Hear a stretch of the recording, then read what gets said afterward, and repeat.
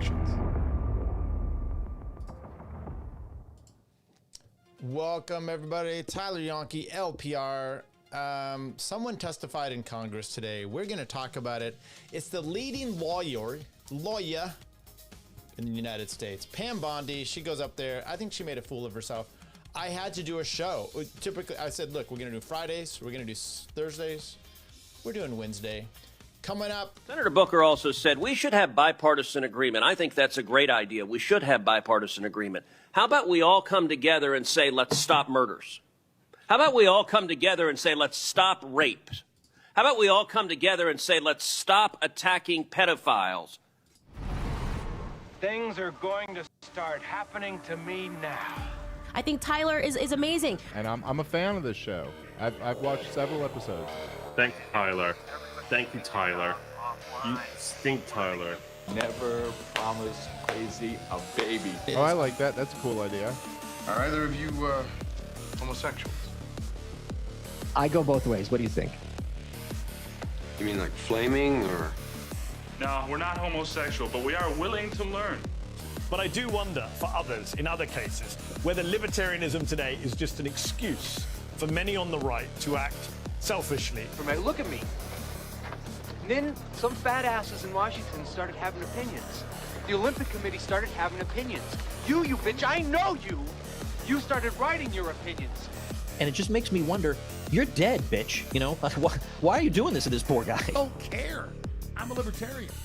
What I'm getting is, Did you vote for Joe Jorgensen or Trump? Who? Joe Jorgensen. That was the perfect answer. Thank you. It's always the perfect answer. LPR, Tyler, Eddie's in the chat. We're gonna look. This was not. I didn't let anybody know. So do we even have the chat's not even? It's not. It's not bringing anybody up. So I didn't let anybody know. I just kind of threw this out there at the last minute. But you know what? You'll catch it on the replay, or you'll catch it.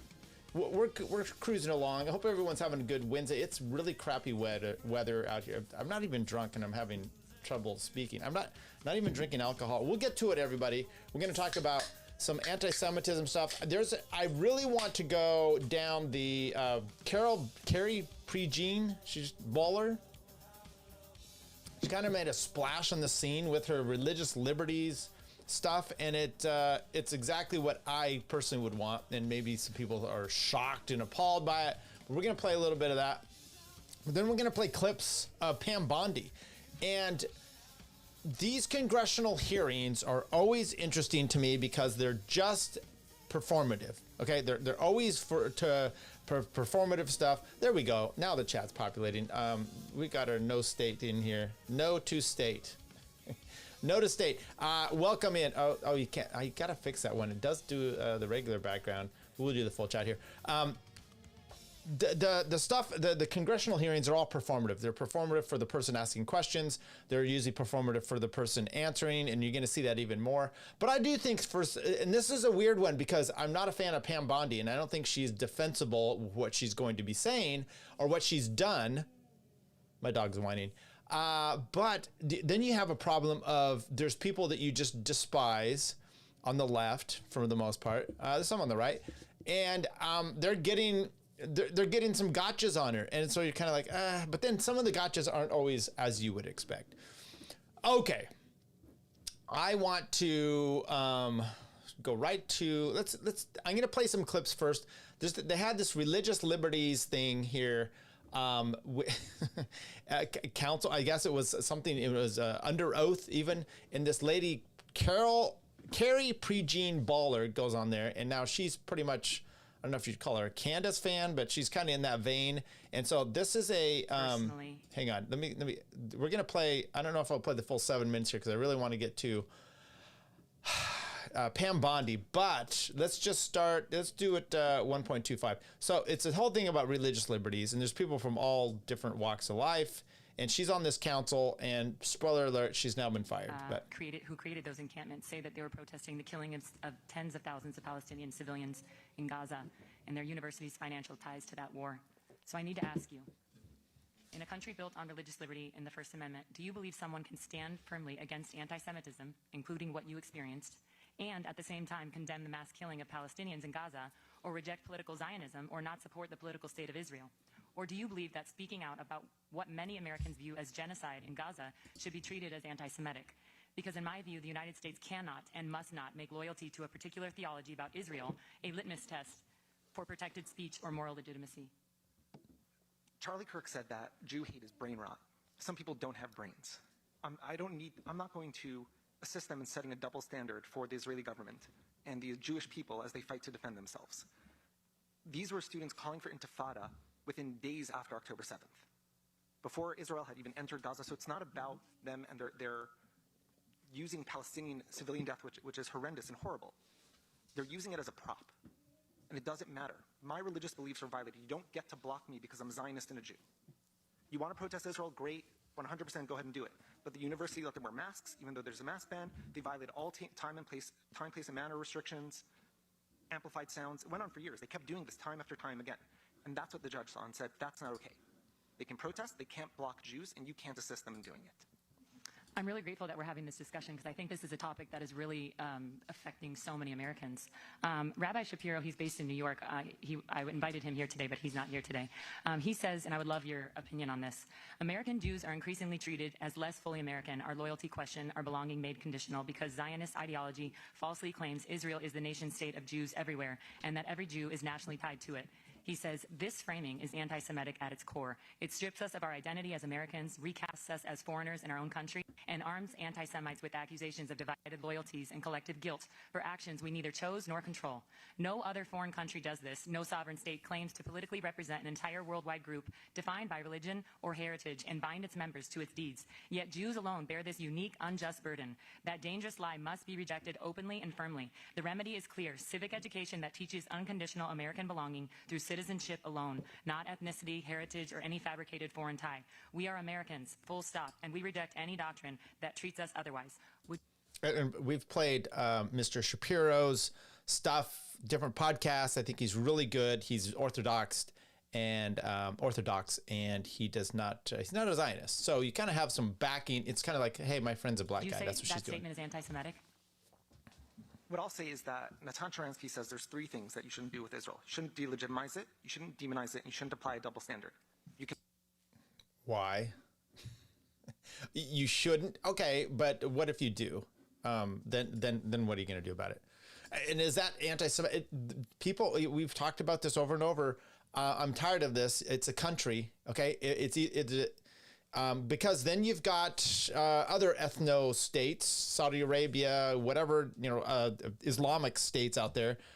Give them just as much leeway, I guess. You abide by those three things, you're not anti-Semitic. But so by not being a Zionist, does that make you an anti-Semite? I don't think you need to be a Zionist to support a country that defends itself and is free and religious in a hostile neighborhood. So I don't have to care about any of these countries and say, "Oh, I defend your right." No, they're made up states.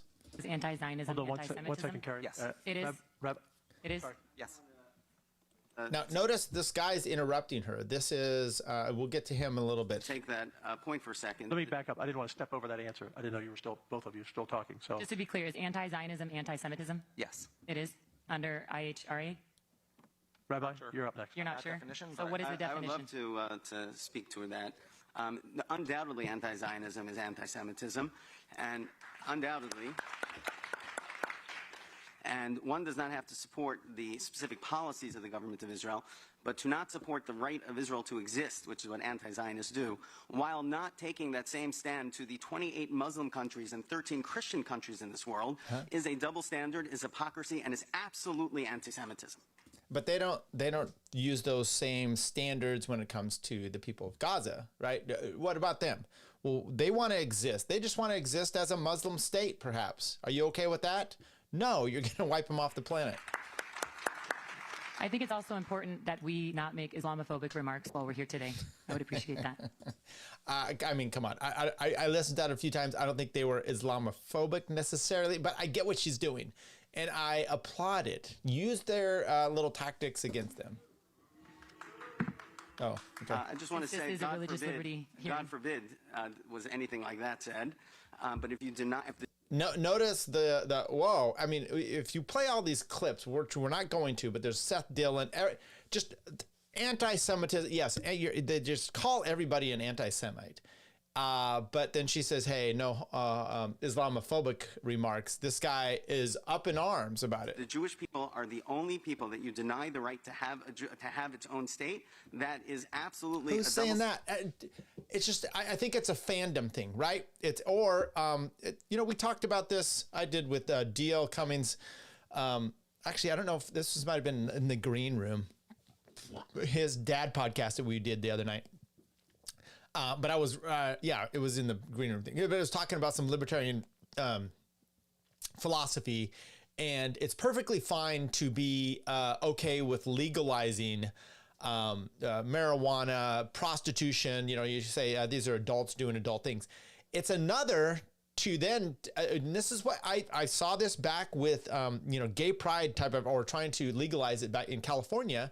What was it, 2009 or so, when it was on the ballot, and it failed partly because of Obama being being on the ballot, and a lot of African Americans did not want to vote for this. Anyway, it's once you legalize it, now the precept is, well, it's legal, and therefore it's moral. And now that it's moral, you must like it, and you can't push back against it. It's like, well, what if I don't believe in, gay marriage?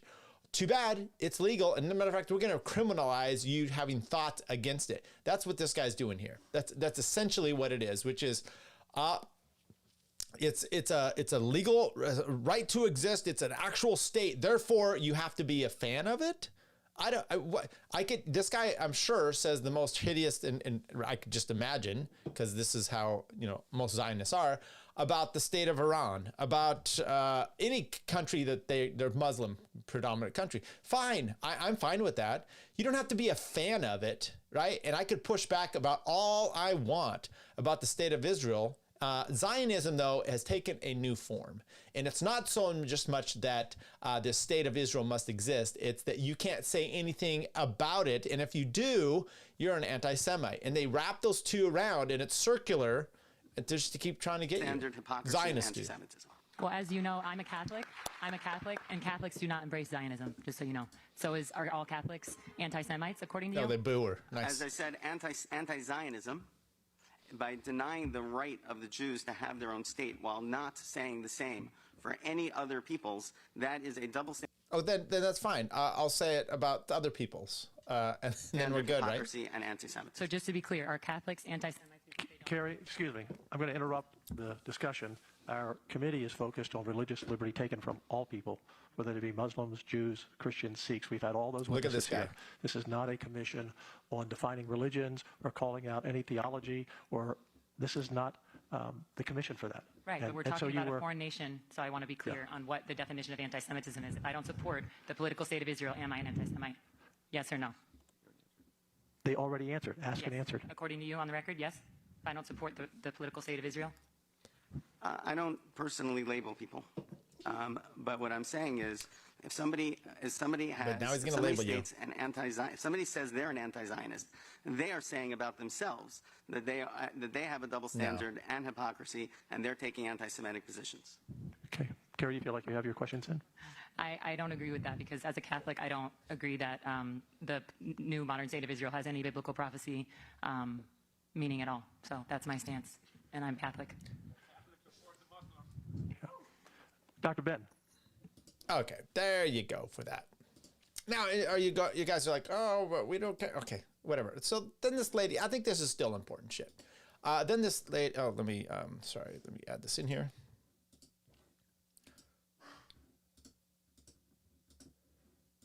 There we go. Okay, then this guy comes up, Dan Patrick, and he's like, she's been removed from the President Trump's Religious Liberty Commission. No member of the commission has the right to hijack a hearing for their own personal and political agenda on any issue. This is clearly without question what happened Monday in our hearing on anti-Semitism in America. This was my decision. The commission has done outstanding work through 5 hearings. 2 more are scheduled. The testimony has been both illuminating and heartbreaking under the Biden administration. See, now you bring, it's all about religion, and then Biden sucks. I get it. But now you got to be political about it, which actually ties exactly into her problems, right? With this commission or with these people. It's to them, it's not a religious issue. It's a political issue, which is this state of Israel. It's instead of like their own salvation or having political beliefs, religious beliefs.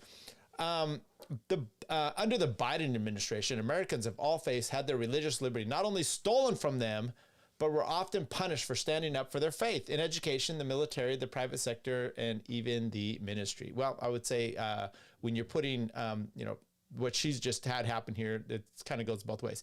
This spring, the commission will deliver one of the most important reports on American history directly to the president. The president respects all faiths. Let's be honest, he doesn't. He believes that all Americans have a right to receive the great inheritance given to them by our founding fathers in the First Amendment. I am grateful to President Trump for having fighting the words of God and religious freedom in the nation, Dan Patrick, Lieutenant Governor of Texas. Now, it is important to note he's Lieutenant Governor. I don't know the ties here as far as him actual, but the governor of Texas, the little guy in the chair, he is a hardcore Zionist. Okay, they have actually law. They have some cities that are giving like tons of money to Israel. Then they have a bunch of anti-BDSM. I think that's what it is. Bind, torture. No. It is divestment stuff that they have there. So they have laws against doing that. You're going to get it's troublesome. It's very pro-Zionist in Texas. Okay, you've got this guy out there saying Senator Booker also said we should have bipartisan agreement. I think that's a great idea. We should have bipartisan agreement. How about we all come together and say, let's stop murders? How about we all come together and say, let's stop rape? How about we all... I came into Congress 13 years ago with the stated intention of being the leading defender of Israel in the United States Senate. Great. And I've worked every day to do that. Okay, so I wanted the other, pro-pedophile, and then we'll play that. Look, this is the kind of stuff you have out there in Texas. So did she get fired? Yeah. Now, there's a bunch of other little clips. I don't think I'm going to go down them yet. If you want to check them out, you can. But then there's this. This is the rabbi she talked about. He said, what you said yesterday matters to her. Here's what was erased from the conversation. An openly anti-Zionist Jewish community in Williamsburg. Thousands of Jews worldwide reject Zionism and its claim to speak for them. Israel is not the state of the Jews. Zionism is not Judaism. There you go. Yeah, excuse me. There you go. So that's the kind of shit you have going on there. Now, last thing we'll talk about, it kind of mixes the two things here, which we're going to be discussing, which is anti-Semitism and then Jeffrey Epstein. Did you know to criticize Jeffrey Epstein, it's actually anti-Semitic? Let's go. Lots of people. All of them were Jewish. She said, quote, I have a hard time with Jewish people. All the Jewish people I met are pedophiles who run the world economy. She talks about the Rothschilds. She is a blatant anti-Semite and a liar. She said she didn't accuse me, but she said she saw me in Jeffrey Epstein's house before I ever met Jeffrey Epstein. She clearly, provably lied about me. And so what we have, because she... Okay, so it's important to watch that one, which is you've got a victim. That's what he's talking about here. And it's only important to know that victims can't be believed if you're anti-Semitic. Okay, so this is what they're doing. This is the Candace Owens, all the other stuff. If you don't like them, it's just because you're an anti-Semite.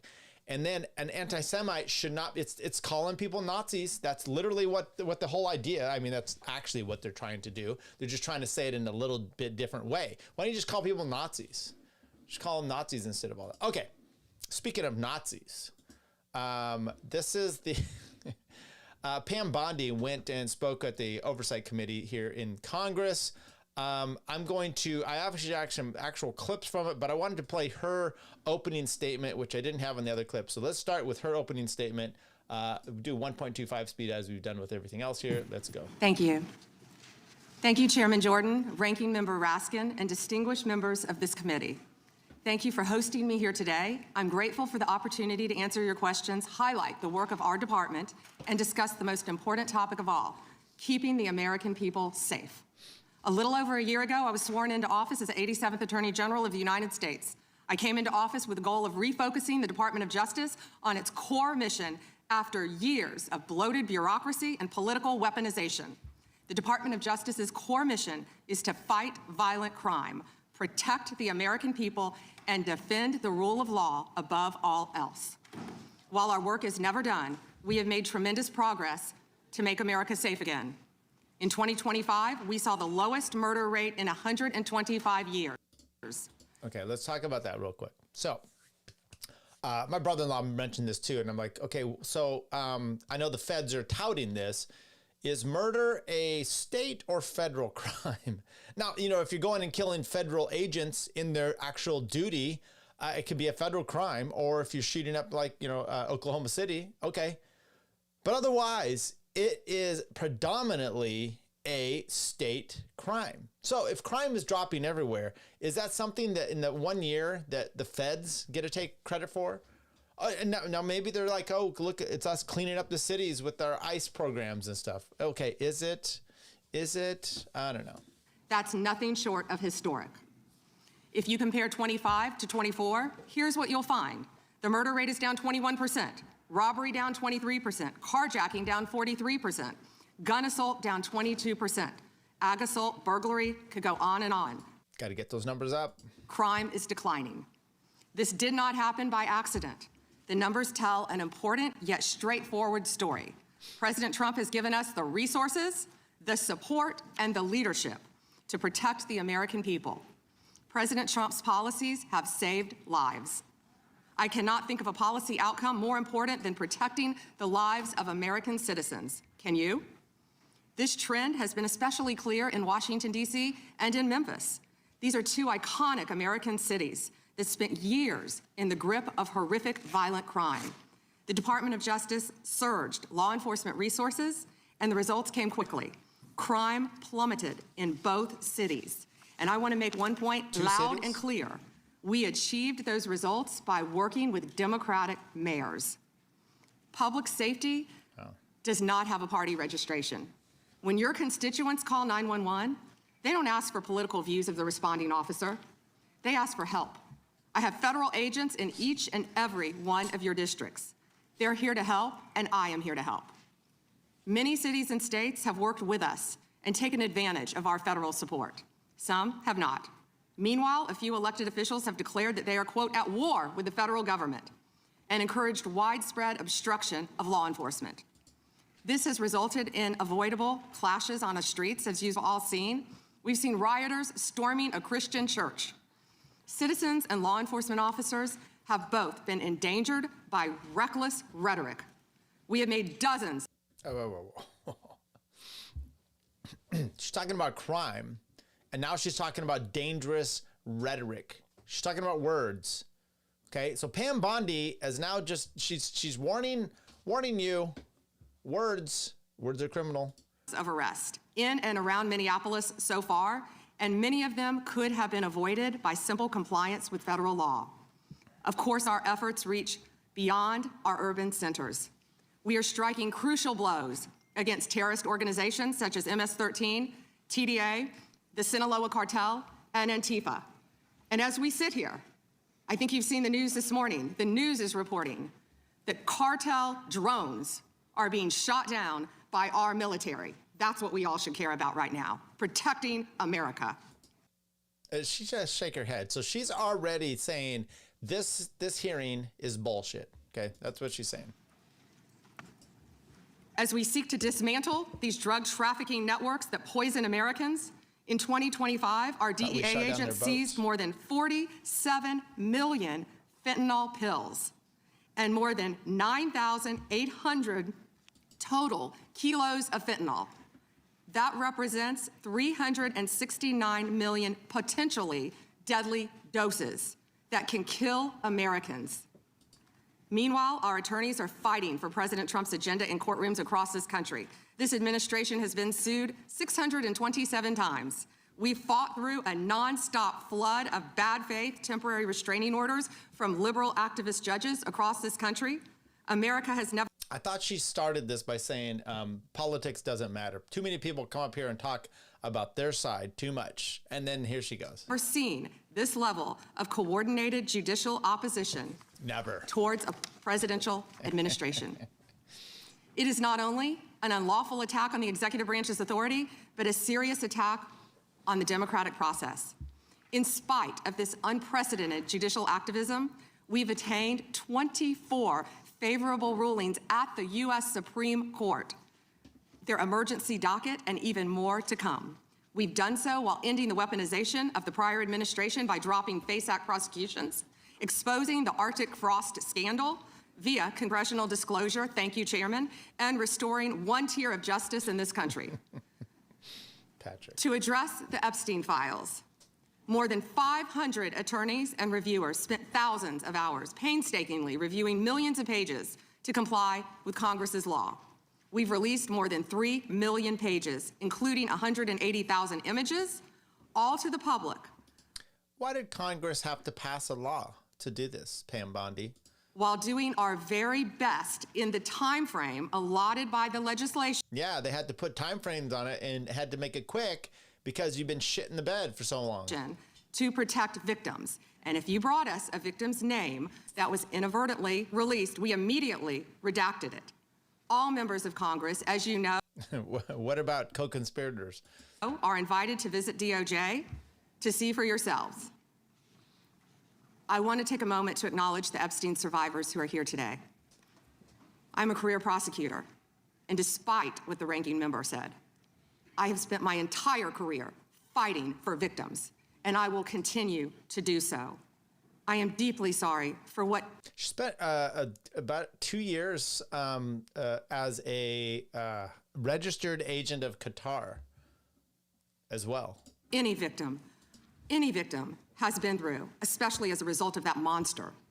If you have any information to share with law enforcement about anyone who has hurt you or abused you, the FBI is waiting to hear from you.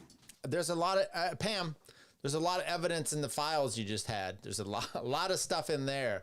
You don't have to, you have the information.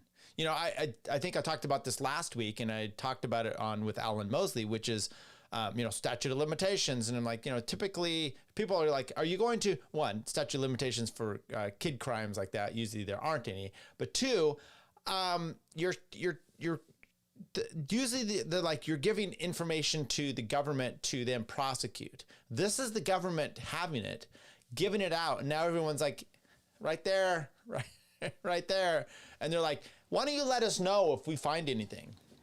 I want you to know that any accusations of criminal wrongdoing will be taken seriously and investigated. The Department of Justice is committed to holding criminals accountable to the fullest extent of the law. In 2025, the FBI arrested over 1,700 child predators, a 10% increase from 2024. We also located 2,700 victims of child exploitation and shut down 3.8 million dark web pedophile accounts. 3.8 million. So please, if you have information to share that needs to be investigated, contact the FBI. Today, I look forward to discussing further our shared obligation to protect the American people, uphold the rule of law, and keep this nation safe. Thank you. Okay, so now I'm going to start playing some clips because this lady, she gets into it with some people. And so I don't know, I don't really have these in any specific order. I didn't go through the actual live testimony, but we're just going to start playing some stuff here because this is where it gets good. Okay, this is, I mean, they put a note, asking questions is anti-Semitic. That's what it said. See one tweet, not one. I didn't see one tweet when Joe Biden was in office about Bill Clinton. Didn't ask Merrick Garland anything about Epstein, not once when he was. Weak sauce. And also, I want the record to reflect that, you know, with this anti-Semitic culture right now, she voted against a resolution condemning. Oh, is Jewish. I just want to be clear. Do you want to go there, Attorney General? Do you want to go there? Are you serious? Talking about anti-Semitism to a woman who lost her grandfather in the Holocaust? Really? The committee will be in order. Talk to Jared Wise about anti-Semitism. The ranking member? No. Okay, so that was a little bit chaotic. Perfectly fine. Now, I give one. I was in court today all day, and it's my dog complaining. She wants out. I was in court today, and this judge is very rough. And my client, we've been before him before. He doesn't like my client. He doesn't like the opposing party at all. And he gets worked up. Now, before, part of the reason is my client didn't want to disclose everything. Okay, there was some issues. She just really didn't want to get whatever. So then it looks like instead of being able to point the finger at the other guy who's a complete piece of shit, we're having to like say, yeah, but he didn't do. And the judge is like, unless you're complying, you have clean hands, then we're not going to be able to. You both suck. Okay, so you've got to be good to be able to point the finger. And this is what she's doing. She's like, yeah, but someone else sucks. Now, I do like the anti-Semitism. She's throwing the anti-Semitism label at someone else who probably is well, it sounds like they're Jewish because of the response. But that Jewish Democrat, you know that they throw it out at everyone all the time too. So when it gets thrown back at them, they freak out. So all these people are horrible, but they're used to calling each other names and doing whatever. Okay, so let's go through. This might have been the person she was doing that. So here's a clip we got going on here. Let's play it. If you are willing, please stand. No, they have and to if wear you are willing, matching shirts. Please raise your hands if you have still not been able to meet with this Department of Justice. Please know for the record that every single survivor has raised their hand. The Dow right now is over. The Dow is over $50,000. I don't know why you're laughing. You're a great stock trader, as I hear, Raskin. The Dow is over 50,000 right now. The S&P at almost 7,000. And the NASDAQ smashing records. Americans' 401ks and retirement savings are booming. That's what we should be talking about. We should be talking about making... Wait. She's the Attorney General. She's not the economist or hoorah for the government. That's not what she should be worried about. She's just talking about crime and all these other things. You're going to talk about the Dow. And by the way, you're going to do the Dow 30, right? You're going to talk about 30 stocks. Keeping Americans safe. We should be talking about, what does a Dow have to do with anything? That's what they just asked. Are you kidding? Mr. Jordan, Mr. Jordan. Have you apologized to President Trump? Have you apologized to President Trump? All of you, you all should be apologizing. You sit here and you attack the president, and I am not going to have it. I'm not going to put up with it. Questions for you. Who's responsible? Are you? Okay, this is a compilation. I want to play a few other of these. So let's get to this one here. Lou. Now this guy, all these people, these Democrats, they're a piece of shit. So we're going to save the Thomas Massie one for last, though. Former Prince Andrew, Donald Trump attended various parties with Jeffrey Epstein. I want to know, were there any underage girls at that party or at any party that Trump attended with Jeffrey Epstein?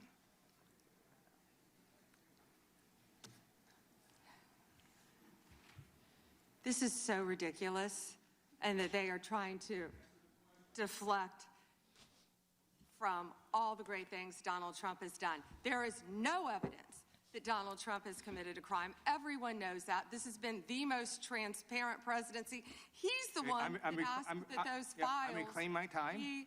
I got your answer. You said there's no evidence. Trump asked Mr. Chairman, please stop the clock. Stop the clock. The legislation. This is time belongs to the gentleman from California. Okay. I'm going to put up another document from a witness who called the FBI's National Threat Operations Center. Because I want to start this back over again because I don't know that he asked about Trump. Let's ask this again. Former Prince Andrew, Donald Trump attended various parties with Jeffrey Epstein.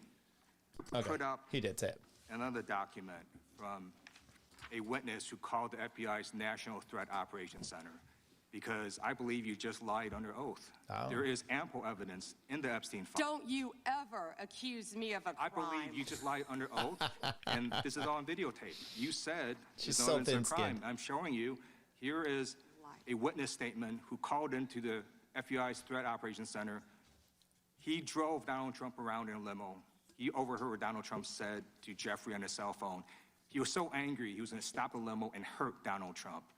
And he met a girl who said she was raped by Donald Trump and Jeffrey Epstein. She later had her head blown off, and officers at the scene said that could not have been suicide. No one at the Department of Justice interviewed this witness. You need to interview this witness immediately. Epstein should rot in hell, so should the men who patronized his operation. And as we sit here today, there are over 1,000 sex trafficking victims, and you have not held a single man accountable. Shame on you. If you had any decency, you would resign right after this hearing concludes. The gentleman has expired. Okay, let me just say about Ted Lieu. One, he's a complete crackpot. Okay, however, it's because Pam Bondi is so, and the FBI and all of them are so bad at their job that she's having to get lambasted here with all this. If Trump had just put all this out immediately, like he had been wanting to do forever, instead of making it more of a spectacle by how it got released, forcing him to do so, where Marjorie Taylor Greene is like, he's telling me, because you're holding out, if you don't vote for it, you're going to ruin my and my friends' lives. And it's like, okay, this is what we've got. Is this the Bondi massacre I've been hearing about? Yeah, for most parts. Now, let me see if this is the same clip or not. Under the law Congress passed, you were allowed to redact photos to protect the victims of Epstein's sex trafficking operation. You redacted the photos of this victim's face because you were following the congressional law. Is that correct?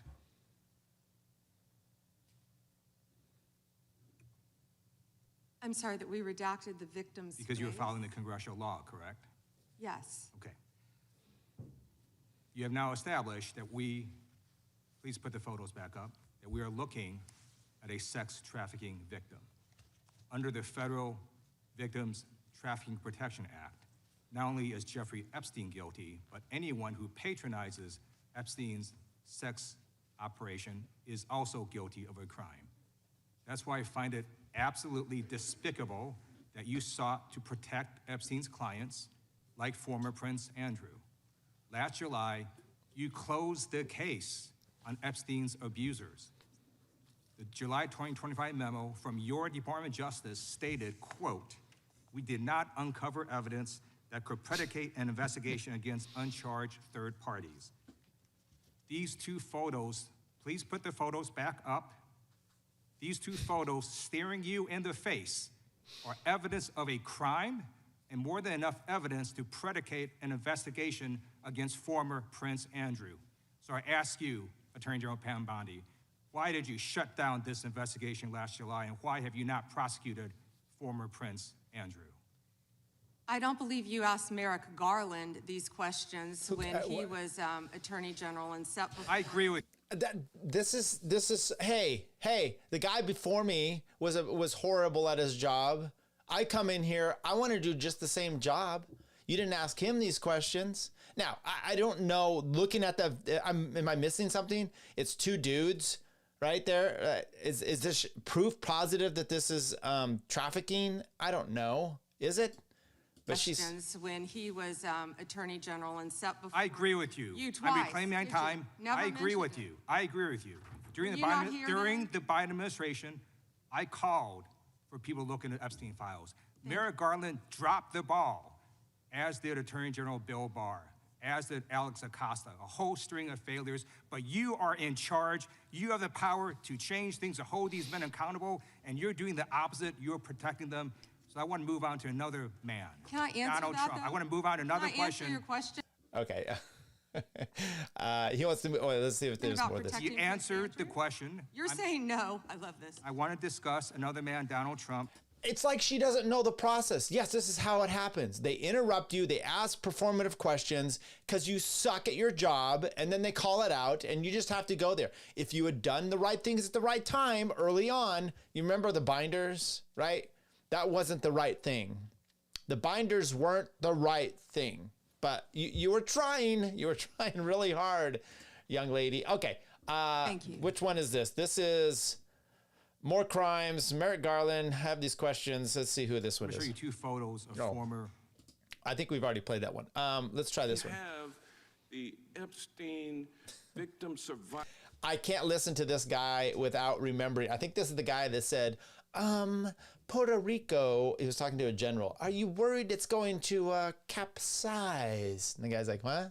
He's like, if there's too many people on the island, are you worried it's going to capsize? The guy's like, no, it's an island. It's not going to capsize. Survivors here today, Representative Jayapal asked a simple question: if you would be so kind and honorable as to turn around and face them and apologize to them for outing them. I mean, how many lives have been derailed because your department was either sloppy and incompetent or willfully trying to intimidate and punish these ladies? Your time is up. Forward. Which was it? The time of the gentleman has expired. The gentleman yields. Democrat. Damn, she's an ornery bitch. Okay, her and Raskin get into it, and he is a despicable person as well.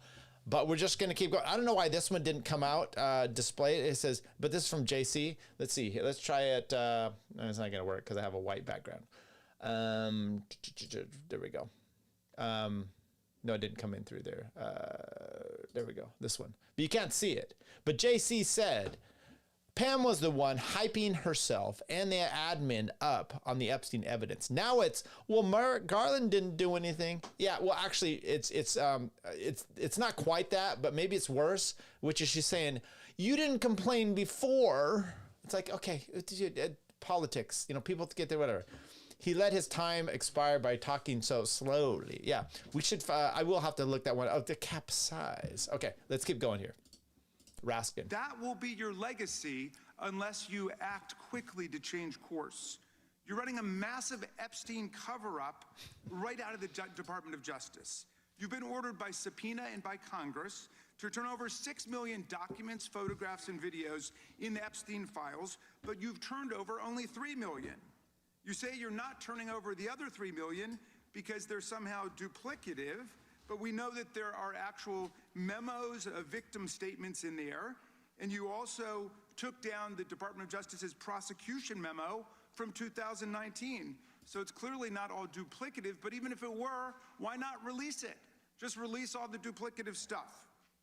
In the half you did produce, you redacted the names of abusers, enablers, accomplices, and co-conspirators, apparently to spare them embarrassment and disgrace, which is the exact opposite of what the law ordered you to do.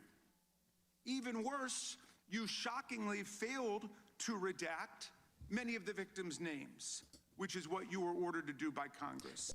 Okay, look, Raskin, I don't understand how this guy's in government, and now he's expecting government to be like hyper efficient and good. I mean, come on.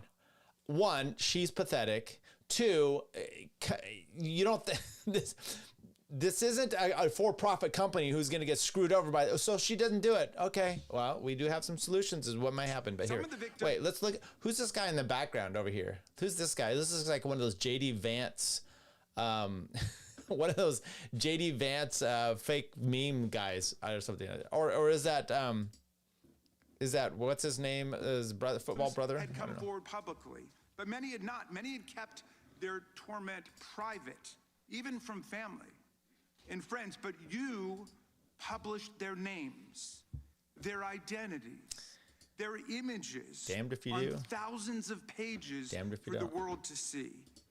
So you ignored the law, and even with over 100,000 employees at your disposal, you acted with some mixture of staggering incompetence, cold indifference, and jaded cruelty towards more than 1,000 victims raped, abused, and trafficked. This performance screams cover-up. Okay, she gets into it with him. Let's see if this is the one here. Maybe this is the one. I just want to say, in case you're misunderstanding, Raskin and the ilk like that, this is their chance. They're all victims and all that. She has some points. You didn't cry wolf before, okay, But that's not your duty now, ma'am. If you did your job now, maybe they would be exposed. They're probably in there. None of them Oh, geez. asked Merrick Garland over the last 4 years one word about Jeffrey Epstein. How ironic is that? You know why? Because Donald Trump, the Dow right now is over $50,000. I don't know why you're laughing. You're a great stock trader, as I hear, Raskin. The Dow is over 50,000 right now. Isn't that a crime if she's implying that he's like got insider trading and she's the DOJ? Can't she do something about that? The S&P at almost 7,000 and the NASDAQ smashing records. Americans' 401ks and retirement savings are booming. That's what we should be talking about. We should be talking about making Americans safe. We should be talking about, what does a Dow have to do with anything? That's what they just asked. Okay, this clip hasn't been played before. So, your wife comes home and she's like, I saw this, someone tweeted. I don't know who it was, and I wish I could give them credit, but he's like, my wife said, hey, where were you last night? And he's like, the Dow's at 50,000. Yeah, true. Okay, let's keep going. This is the one that's supposed to be really, really solid. But I wanted to see if there was her fighting Raskin. So let me while I'm doing this here, let me just go to X and go. I'm gonna do a little searchy search. Raskin, all that Raskin Bondi. Raskin Bondi. Okay. Okay, maybe this is the one. This is let's give this a shot. Here we go. You can let her filibuster all day long, but not on our watch. Not on our time. No way. And I told you about that, Attorney General, before you started. You don't tell me. Yeah, I did tell you because we saw what you did in the Senate. You're a lawyer, not even a lawyer. Committee will be in order. Time, and I should get back at least 45 seconds. We will give you a few more seconds. I said that already. 45 seconds. Okay. Okay, so she calls him washed up. You're not an attorney. You're not even a lawyer. Talks about they indicted. The president said they indicted him twice. Mr. Chairman, please stop the clock and restore his time. Okay, here we go with these Committee will be in order. theatrics. The time belongs to the gentleman from New York. We will give you a few more seconds. We will do that. But when you ask a question, the witness gets to answer. You may not like the answer, but she gets to answer. The question was, how many of Epstein's... They don't like the answer, Chairman, my time. because it's honest. So he asked a 4-minute question. Restore 45 seconds, I am Mr. Nadler, going please, to Mr. Chairman. Answer. You can let her filibuster all day long, but not on our watch. Not on our time. No way. And I told you. Committee will be in order. Time, and I should get back at least 45 seconds. We will give you a few more seconds. I said that Not a few more, already. 45 seconds. Okay, I'm timing right now. I don't know what she means by he's not even a lawyer. Is he not a lawyer? I don't know. Is there any other ones there? Okay, let's go to the big one. We got a few ones here, but let's go to Congressman Thomas Massie, who the president hates and newly remarried, no longer wearing his glasses. Here we go. Behind me, I have 3 documents from the DOJ production that are emblematic of the massive failure of the DOJ to comply with the Epstein Files Transparency Act. To my right is an email that was sent by the victim's lawyers to the DOJ. It was a list of names not to redact, a list of names not to release. What did the DOJ do with this email? They released this email in the document production. Literally the worst thing you could do to the survivors, you did.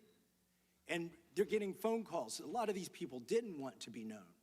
And we know you touched the document because you redacted one name and you redacted the lawyer's name, but you left the survivor's name there. The next document I want to show you, that was in the title, the victims' survivors' names, all right? The title of this one is Child Sex Trafficking. Co-conspirators, fully redacted. And by the way, I'm going to unredact them here. Les Wexner is in this. Now, your deputy attorney general said, oh, well, he appears hundreds of times in the files, but he doesn't appear in this file until I forced you to release it, where he's listed as a co-conspirator to tax evasion, but to child sex trafficking, not to prostitution, not to money laundering, child sex trafficking. And then finally, what we have here is the third exhibit that I have is emblematic of the FD 302 release. These are the documents that we need that you're holding on to and over-redacting because they have the names of the men who are implicated. How do we know? Because the survivors gave testimony to the FBI, and it's in there. And what happens when you go to the portal at the DOJ to look at what's behind this redaction? Another redaction. So we can't even see them. And then there's some of these files you've pulled down from the website that we will never see because we can't search the redactions. So I have several questions for you. Who's responsible? Are you able to track who in your organization made this massive failure and released the victims' names? Are you able to track who it was that obscured Les Wexner's name? I mean, if she's smart, she'd just say Dan Bongino, right? You just go, Dan Bongino, he's the one that did it. I know he's not in the DOJ, but it was Dan Bongino because he's no longer in here. But first of all, let's break in here. TylerYonke.substack.com. Go over there, subscribe. Yes, we do amazing things over there, mostly just to let you know when a show's coming up. But you can, the app is good. You can listen to the whole shows over there. It's got transcript. It does a great job. I think it's one of the actually really good podcast apps going right now, people. Okay, let's keep going here. Name as a co-conspirator in an FBI document. Do you have that kind of accountability? I believe Wexner's name was listed more than 4,000 times. Yeah, I already told you that. This is where he's listed as a co-conspirator. Can I finish my answer? Oh my gosh, she's as annoying as this. Okay. Come on, let me finish my answer. Come on. We corrected that within 40 minutes. He was already, you're acting like everybody's trying to cover up Wexner's name. Reclaiming my time. I'm going to answer this question. Reclaiming my time. Mr. Chairman. This isn't how this works. Can I have my time back? Mr. Chairman. The gentlelady can give her answer. The time belongs to the gentleman from All right, I'm reclaiming my time. Can I give my answer? So I'm going to put the language of the bill up on the screen. Chairman, may I give my answer on that?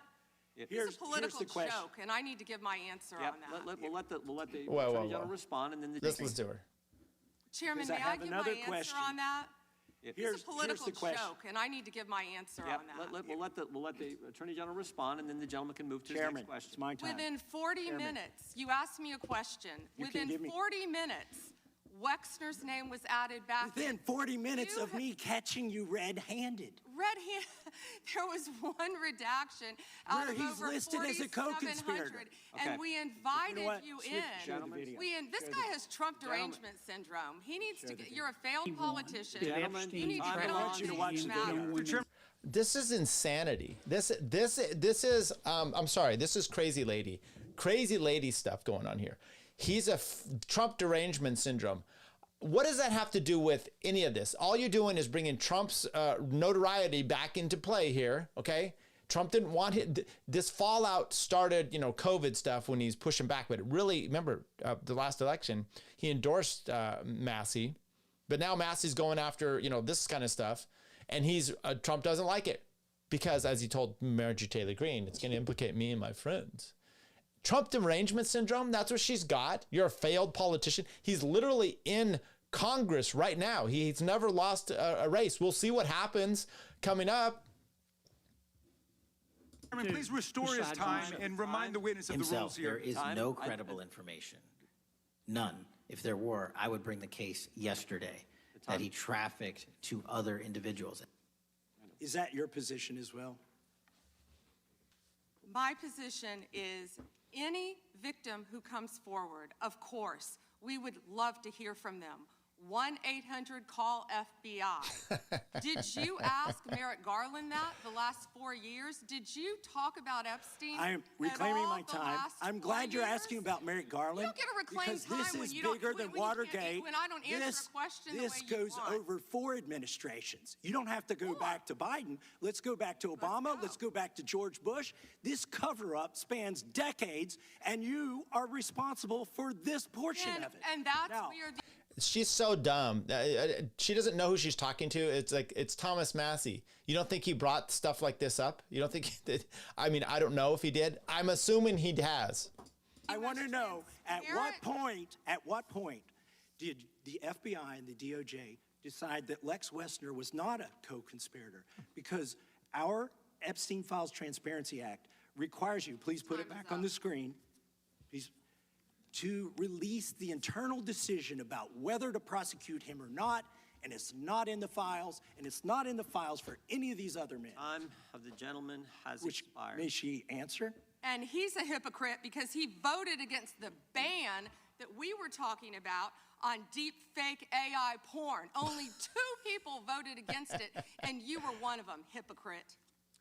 The gentleman's time has expired. Mr. Yeah, Chairman, Mr. Chairman, could she answer the question? Chairman, I was wondering. The gentle lady's allowed, the Attorney General's allowed to respond the way she wants to respond to any member's questions, Republican, Democrat. All right, I have unanimous consent request. Gentleman's recognized for a UC. All right, this is an example. I'm submitting these 302 forms that are entirely redacted, even when you go to look at them. Without objection. I'm submitting a witness statement that implicates Les Wexner. Without objection. I'm submitting an article from the New York Times that the DOJ released nude photos and identifiable pictures of the victims. I'm submitting a letter from A.G. Bondi to Kash Patel, imploring him to quit keeping the files when you found out that they were keeping files from you, because they're still redacting files that you... Chairman, are we going to recess for votes? Yes, we are. I'm submitting for unanimous consent a document of 17 individuals who've resigned because of the Epstein files. Without objection. Okay. Tough there. Now let's play this. This is not a good picture right here, a thumbnail type of thing, but this is an interesting part which he'll explain here. Of co-conspirators' names that they haven't released. The recourse, and I keep reminding the folks at DOJ this, is that the next Attorney General can bring charges against them for breaking the law.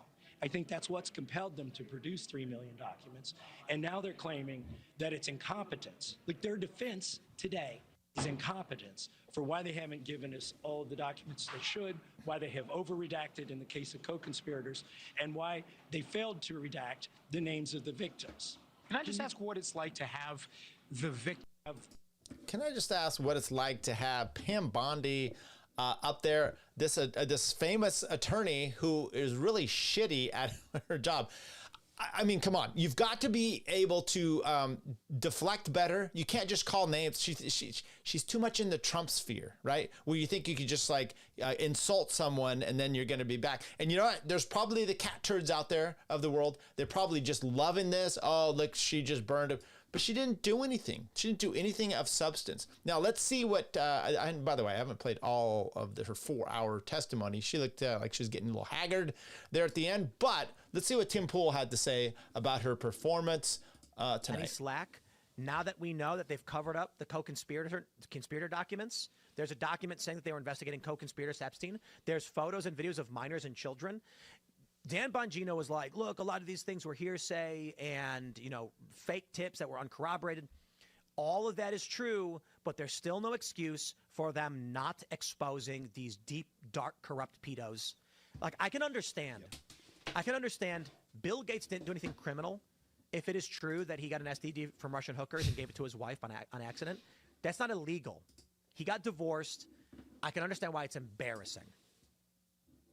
Oh, what just happened there? Did I push the wrong button? Trump any slack. Wait, hang on. Now that we know internal drama that's gross and embarrassing. What happened here? On accident, that's not illegal. He got divorced. I can understand why it's embarrassing. And I can respect someone saying, please don't release that email. It's not material to anybody. It's just internal drama that's gross and embarrassing. Yeah. But there's other stuff in there, like that's already being brought up, that I would say is shocking to the conscience that Trump called it a hoax. Yes, but so did Pam Bondi. Many have. And what about this guy? What is his most important things of the world? What cause is dear to your heart? Cause is dear to my Israel, the defense of Israel. What is number one? Notice how he answers that. It's almost like he didn't. I don't understand the question. What's dear to my heart? Israel. So weird. But you know what? Here's what he's got going from with Israel. Yeah, so he's gonna be just fine. Tim Pool diddied his employee. Okay. Six Art, good to have you in the chat for that. Okay. I think that's all we're doing. I still plan on doing a show tomorrow, Thursday. That's the plan. So Thursday, check in, everybody. I wanted to get through some of this. There's going to be more out there. What I didn't talk about last time very much, but I think we should have really talked about a little bit more, is Elijah Schaffer and his shitty things with his wife and all that stuff's going on. You know, and I was talking about influencers and stuff. Look, people, you can't. This was, Ricada. It's when you're a father. I mean, there's so many good single fathers out there, right? You don't necessarily want to be a single father, but you've got to be like, you have kids. I can't imagine doing the kind of shit he was doing. You know, if he would like show videos where he's like off in different countries and stuff, like without his kids, and like they're young. I'm like, what is going on? Are you talking about Sour Patch Lids? I don't know. Maybe that's what you're talking about. All right, everybody. We will see you tomorrow. Thanks for joining us. Like, subscribe, all that good stuff. I plan on coming in tomorrow, coming in hot again. I hope that at least that's the plan. See ya. Okay, I'm leaving now. But she's back. And now. Tyler, if you had any clout about you, if you had any knowledge of the real world, none of us are screaming, "Let's kill Tyler." Tyler says, "My Jewish princess." You low key, you're one of the funniest dudes in the Liberty world that I know. More or less, eat shit and die. He's just a podunk lawyer somewhere in rural California. He's an idiot, really.